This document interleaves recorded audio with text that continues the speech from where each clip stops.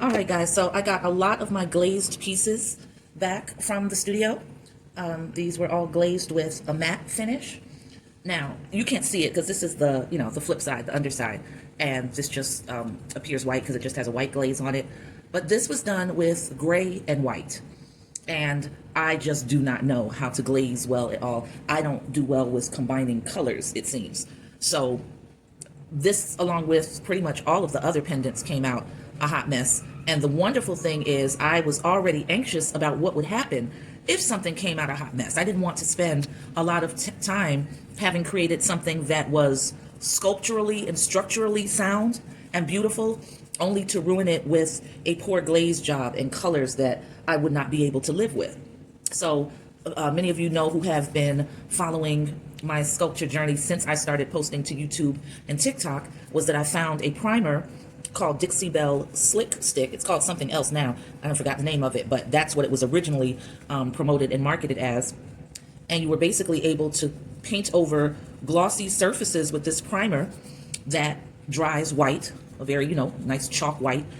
And once it cures for about 48 hours, 72 hours, whatever your patience level is, you are able to go back and paint over it with acrylic paint, and it adheres. You cannot scratch the paint off. You cannot scratch the primer off once you've let it cure. And for me, that was a remarkable find, because I needed to know that I did not have to live with something if the glaze didn't come out the way I wanted it to, or if my application of the glaze was faulty. And it was all on me. It had nothing to do with the glaze. Glaze comes out the right color, but I just had shoddy painting workmanship. I certainly did not want to have to be married to that, because of course, as you can imagine, if it's a really horrible color that you despise, now you no longer like the piece. And I spend too much time in the crafting of these, and I fall in love with some of these pieces before they come out of the kiln, which is a no-no, but it happens. And I wanted to be able to restore them, rejuvenate them, whatever, if something went wrong.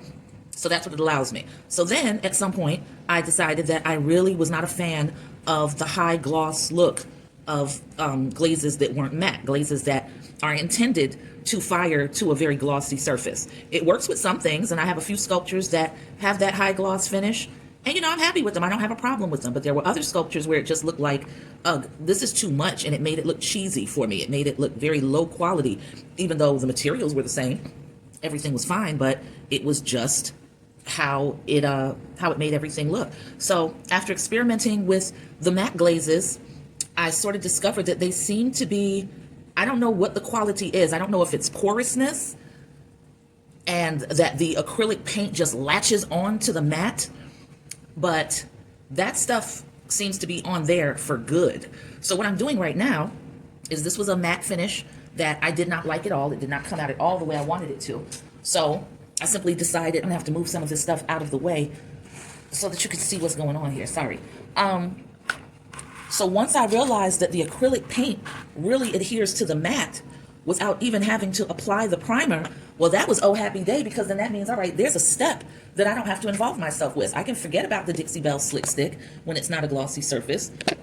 Glaze the finished sculpture or piece with a matte finish, a matte glaze, and then if I want to embellish it, or if I want to paint it completely over, that acrylic paint really adheres to the matte. So what you're watching me do now is paint an elephant that was glazed with gray and white. And for right now, I am painting it completely black. This is actually the second coat of acrylic paint, and I'm just taking my time and getting the coverage. And then I'm going to go in and add some enhancements or embellishments of either an old gold or a bronze to really accent this black and make it pop in some areas. So that's what you're watching right now, and I'm being sloppy because I didn't let the underside dry before I started painting on the front again. But it's okay, it's gonna get over my hands. I'll wash it off. But this is going to cure, and I'm going to, once I put this down, once I get this painting bit done, I'm going to show you a few of the hand-rolled beads that I painted over last night, and they are holding up beautifully. Even though I didn't let them sit for 48 hours, they only sat overnight. I tried to scrape off the color with my fingernails and nothing came off. So that is just a very, very, very exciting discovery for me, because while seeing what the glaze is going to do is fun, again, I don't want to be married to whatever it does and have to live with that. So just knowing that I can have the control to go in and make a piece exactly what I envision it to be, color-wise, is really, really satisfying and important to me. So that's what you're watching, just me painting over this with the black. Now this black looks a little bit shiny because it's wet, but it's not. It dries pretty matte for the most part. And when I go over it to seal it, I'm going to be sealing it with Mod Podge Matte because I don't want a heavy shine to it. I've said this before, I like for my pieces to look archaeological almost. You know, there's something about that matte that makes it look as if you excavated the piece, if you pulled it from, you know, the dirt during a dig and came up with this treasure. So that's why I'm not the biggest fan of the high gloss, because it looks too brand new, too polished, too purposeful. And I like for my pieces to look, I don't know, incidental, or like I said, just worn. I like them to look of the earth. And that is best accomplished for me, for what I want to see with the matte finish. So this is wet, and I'm doing more handling of this than I should be. I'm trying to touch in a part that's not too wet. And that's what that elephant is looking like right now. So I'm going to put him down so that he can dry. And I've got to make sure that this black paint on my fingers can't come off on what I'm about to pick up. So I'm just rubbing to make sure that it's not loose. All right. So anyway, this is a bead that I had painted in, okay, I didn't paint the underside. So this was the matte finish of that bead. And it's fine, it's earthen, but there were areas that turned colors or just had a very almost dusky look that I don't think I was that fond of, and I decided that I wanted to experiment with a different color. So that is red ochre acrylic paint. Now that's one coat. My nails are filthy, I'm sorry, but I'm just trying to show you me scraping. Now it's creating a chalkiness, that's all that's coming off. So I'm gonna wet my finger right there. And it's just to show you how solidly adhered this coloring is. And it looks earthen. It looks like it was created from wild clay. And I really, really wanted that. So that is a big deal for me. And it saves a step.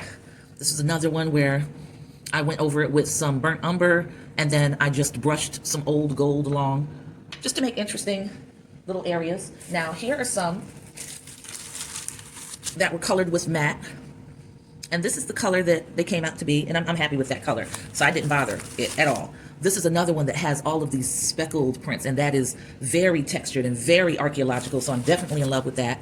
And this is one that was just, you know, a different shape, and the same thing, speckled, very textured. I'm in love with that matte glaze. So those I left exactly as is. Oh, here is another piece that was just me experimenting with the braiding and the cornrows, and I'll hold this up. This is the matte color that it was glazed with, and this is how it came out. Very earthen, very archaeological. I was happy with it. I didn't have a problem with it. But I did find that it all being the one color took away from it for sure. It almost made it look like a turd. So I went in and added some red ochre, and I brushed some old gold over it just to give it a different point of interest. And now I like that a lot better, and I'd be happier wearing this or seeing someone with this on their neck, seeing that type of coverage and that type of look, because I think otherwise it just it was an interesting piece that was made very uninteresting by the flatness of the color throughout. So that's why I'm really, really excited about knowing that the matte glazes accept the acrylic paint so readily, because now I can go in and just have fun and do a whole bunch of different things. I'm trying to poke on an area of red ochre that I left out overnight, but it's probably too solid.